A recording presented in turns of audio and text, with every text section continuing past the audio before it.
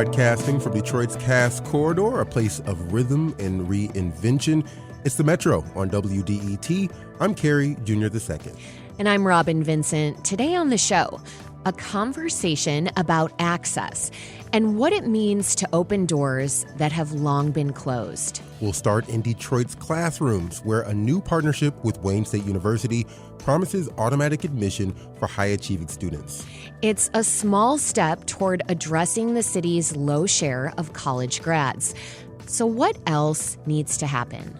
Then, with a month to go before Detroit elects a new mayor, Reverend Solomon Kinloch Jr. joins us to talk about his priorities for the city.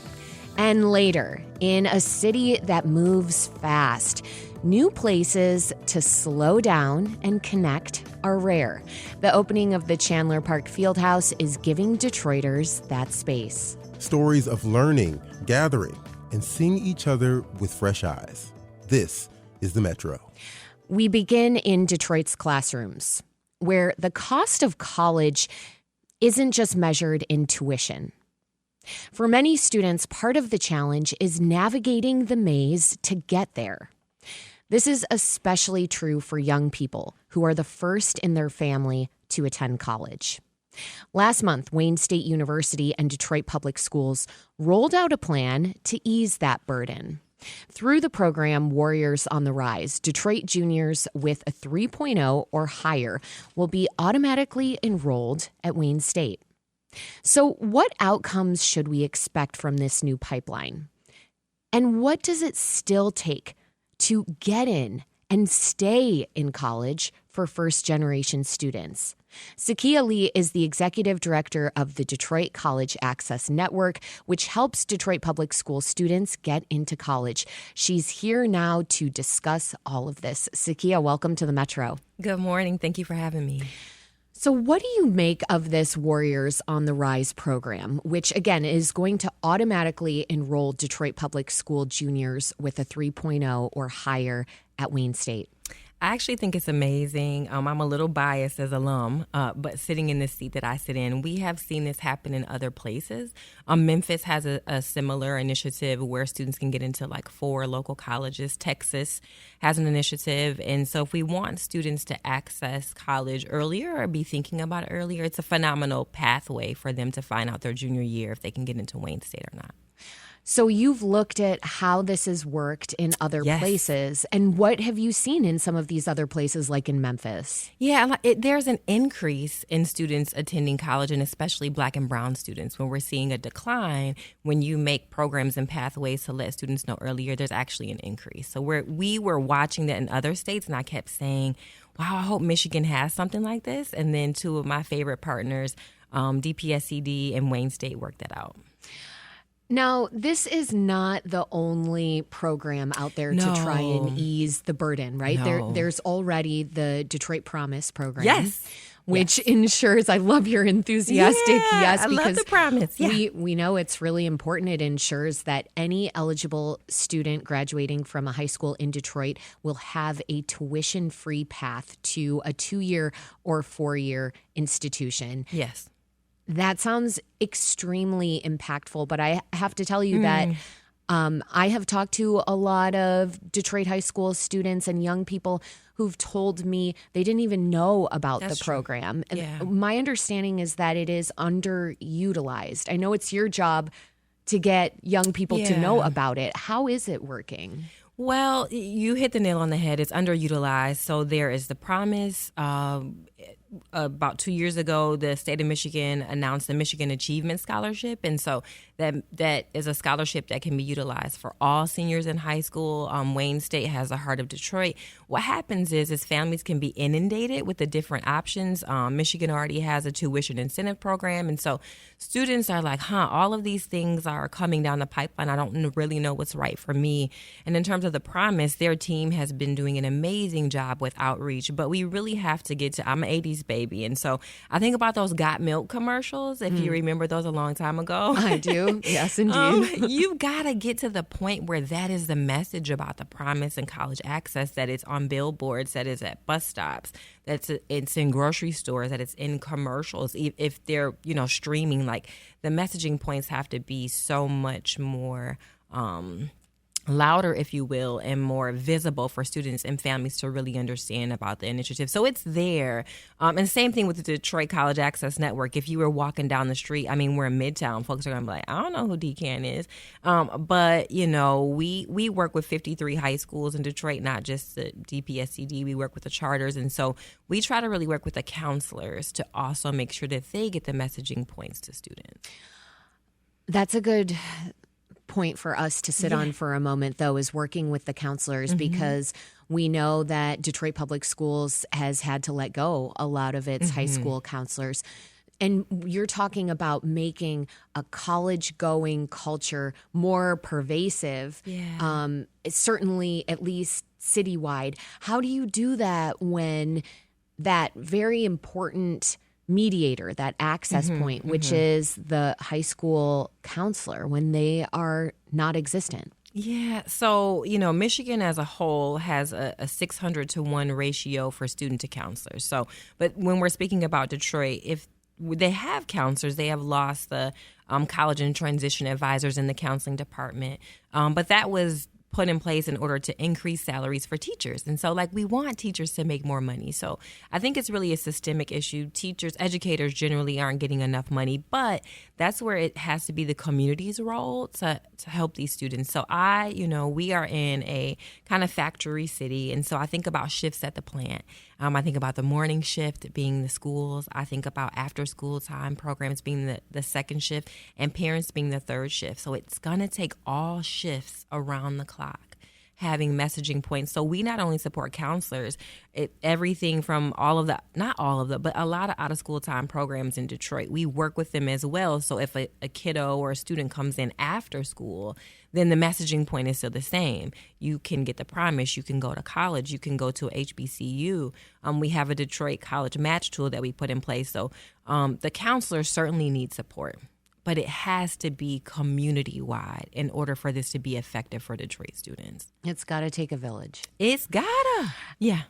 Let's talk a little bit more about some of the ways that just the idea of enrolling in school, in college, can feel overwhelming, because you touched on that a moment ago. And that's why it sounds like the Warriors on the Rise program is something that's getting you so excited, because the feeling of being overwhelmed by the bureaucratic obstacles of filling out the forms and doing things that feel really foreign for a student, for someone who doesn't have people in their family saying, oh, yeah, okay, this is what you're going to need to do next. Let me walk you through this. When kids don't have that, it feels like an even bigger barrier, I've got to imagine.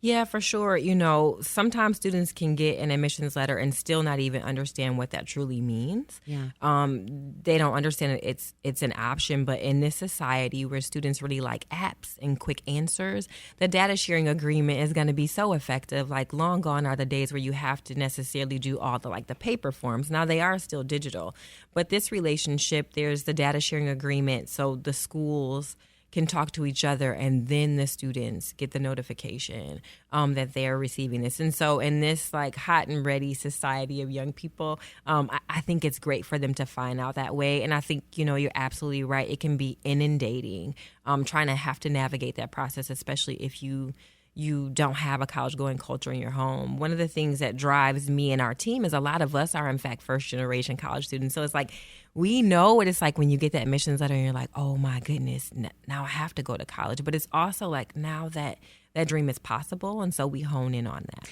That's always struck me whenever I've spent time on the Detroit College Access Network website, is reading the different bios and how many people on your team are first-generation college students, including you. Yeah. You went to Eastern Michigan, then you ended up going to Wayne State for grad school. I'm guessing that you faced a number of challenges. How were you able to go to grad school? Well, first, what was it like to get into Eastern, and then to go to grad school, and then eventually to run a nonprofit? What were the barriers for you as a first-gen student? Yeah, so, when I think back to my 12th grade year, I faced a lot of housing instability. So my admissions letter went to my homegirl's house, and she opened it and she called me, and then I had to call Eastern, is this real? And so I think about the fact that like some folks are really don't have the bare essentials, but they have this dream to go off to college. Outside of that, once I finally got to college, because I had housing instability, I never left. Like I never went home for breaks. I always joke and tell people I graduated with 180 credit hours because I was like, I'm staying here until they put me out, right? But eventually got a degree, did a little bit of work in higher ed, and then I wanted to go back and get my master's degree. It is such a very surreal moment. And like 25 years ago is when I was on this journey. Tomorrow we're having our conference at Eastern Michigan University. And so I'm like, wow, to go from a young girl who was faced with housing instability, didn't know if I could go to college. And like now that's my job every single day to make sure that students in Detroit who need some of the most supports to be successful. And let me say there are so many talented young people in Detroit, right? But if you don't give them all the supports they need, they don't get to truly tap into that talent. So it is just a phenomenal job to have, an amazing team. Shout out to my team. They're probably listening. But, you know, we bring that notion that we know what it's like. We know that it's scary. We know you might not like your roommate. We know you may feel like, what am I going to do if I don't have these toiletries? Like having a lived experience helps us walk the walk with students along the way. I imagine it teaches a lot of empathy in terms of the way that you're approaching students. Yes. And helps them to feel much more comfortable in the process. And it has me wondering about the time that you worked in the financial aid office at Wayne State, because I'm guessing you got a front row seat into a lot of the ways that problems for young people having to try and afford college, how those problems manifest in different ways. Yes. What did you see there? Yeah, so I always tell people there was a student that I was working with named Alex, and he would, young African-American male, struggling with many of things. And I would always pull him out of line. I was like, what's going on? It's housing insecurity, it's food insecurity. There were a couple other issues that he had. And actually, I went to check on him one day, and it said deceased across the top of the screen. And to this day, I've not been able to bring myself to find out what happened to Alex. But I mean, like, I literally saw students losing their life on the journey just to be educated because they didn't have a lot of supports. And at the time, Wayne State responded, because I was like, we got to do something about that. I mean, they responded really well to say, like, what can we put in place? But I've seen everything from drug use and abuse to domestic violence, just so many things where people would come to the counter and kind of like lay their burdens down. It's like, but I'm trying to learn. And this happens in a lot of places. But in Detroit, that is one of the things that just drove me every single day to say, like, we have to do more. And again, it takes a village. Like, there's learning that's going on campus, and that's where you have to tap into the community to help with some of those other things, like housing insecurity, food insecurity, mental health issues, job placement. And universities do their very best, and Wayne is doing that. But again, it takes a community. But I've seen almost everything and read almost everything. This is The Metro on WDET. I'm Robin Vincent. My guest is Sakia Lee. She's Executive Director of Detroit College Access Network. We're talking about a new program that automatically enrolls qualifying Detroit Public School juniors into Wayne State University and some of the impacts that can potentially have. Sakia, would you say most Detroit students are first-generation college students? A large chunk of them are, yes. I don't have the actual percentage, but from the work that we do and interact with students, we see that a lot of students are first generation. We're starting to see an influx of second generation students, and so that excites us. But the vast majority of them are first generation students. And I'll just add that there are a lot of Detroiters with some college, no degree. And so that's how we're still getting those first generation students, because not both parents have a degree. Detroit student body, it's mostly young Black people. Yes. I'm wondering about the challenges of navigating mostly white spaces, which some colleges and universities tend to be, which is why historically Black colleges and universities are so important. And we don't truly have one in Detroit. But not exactly. No. Yeah. But maybe down the Louis line. Pensole is up the street. We're still working on some things, and we do partner with them, but we don't officially have an accredited HBCU in the state. But that's all to say, what are some of the challenges then as well, if we are to look at things from a lens of racial equity for Detroit's Black students navigating some of these mostly white spaces? Yeah, it's a tough time to be doing that. It's a very tough time to be doing that, as if it were not tough before. Detroit is like 88% Black, one of the blackest, if not the blackest city in the nation. And so for students, these college towns, they're just that. They're college towns. If you think about the 15 publics outside of Wayne State, most of them are in little towns when there's not necessarily racial equity there. We try to work with students so they can stay in a cohort. They can befriend other students that look like them. We have a lot of conversations with campuses. Right now, a lot of offices are disappearing that would really help these students.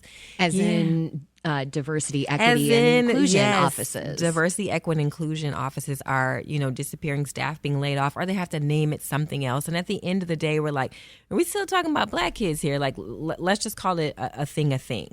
And so what we have started to do through our Graduate 313 program is we have champions for change that are essentially on college campuses so they can help students navigate. So if they're like at Eastern Michigan University or Michigan State, we have some on HBCU campuses that specifically connect with Detroit students to say like, hey, hang in there. I've experienced this before. And that's, I don't want to say a drop in a bucket. It's a small number of folks that we're working with, but it's hard. We just remind students that, tougher things have come up against Black folk before, like historically. I channel my inner Rosa Parks all the time, and I'm like, you make your yes be your yes and your no be your no. But we try to make sure that they feel really supported, and that even if they're away, they still have a connection with home so they can get the best supports that they need on campus. And if we have to call to a campus, go over to a camp, like we're always standing up for our students. But it's a very tough time. But our students deserve to be on college campuses, so we won't let the eradication of DEI, erode our mission to make sure that Black students get on campus. So you're doubling down. We are doubling down. We're not changing any words on our website. We're not changing our mission. It is what it is. Like I could say we're here to just help students in Detroit. That still means Black babies. And so that's what I'm always going to say. Zakia, before I let you go, we have to acknowledge you're making the case for college in a difficult environment. It's not just difficult because of what you mentioned. It's also difficult from a financial perspective, just because college is really expensive and college debt can stay with you to the grave almost. Yes. How do you make the case for college when it is so expensive and the students you're talking to don't necessarily have a lot of resources at their disposal? Yeah, so one of the things I do is I really ask students what problem they want to solve in their community. I don't really ask, like, what major do you want to go into? I went to school for nursing. I don't do that, right? But when I ask them about what problem they want to solve, we backtrack from there. So if there's a student who wants to go into architect to build better buildings or homes, whatever, we discuss that. And from there, I then sprinkle in the social determinants of health.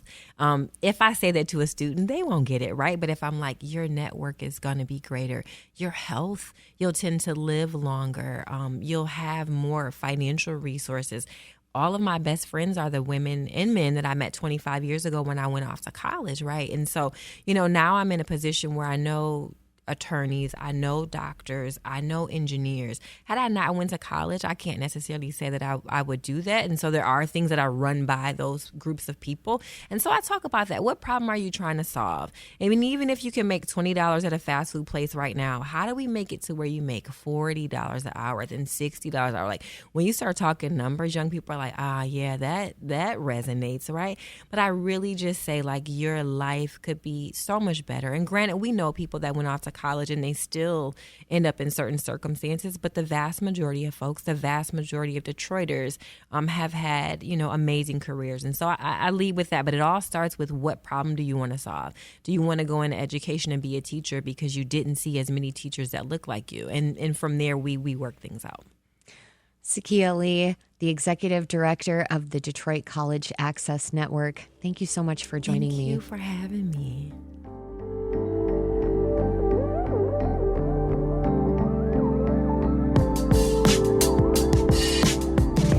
This is the Metro on WDET. And tomorrow night, the candidates running to be Detroit's next mayor will make their cases in a televised debate on Channel 7. Up next, a conversation with one of the candidates, Reverend Solomon Kinloch Jr. That's next here on the Metro. Stay with us.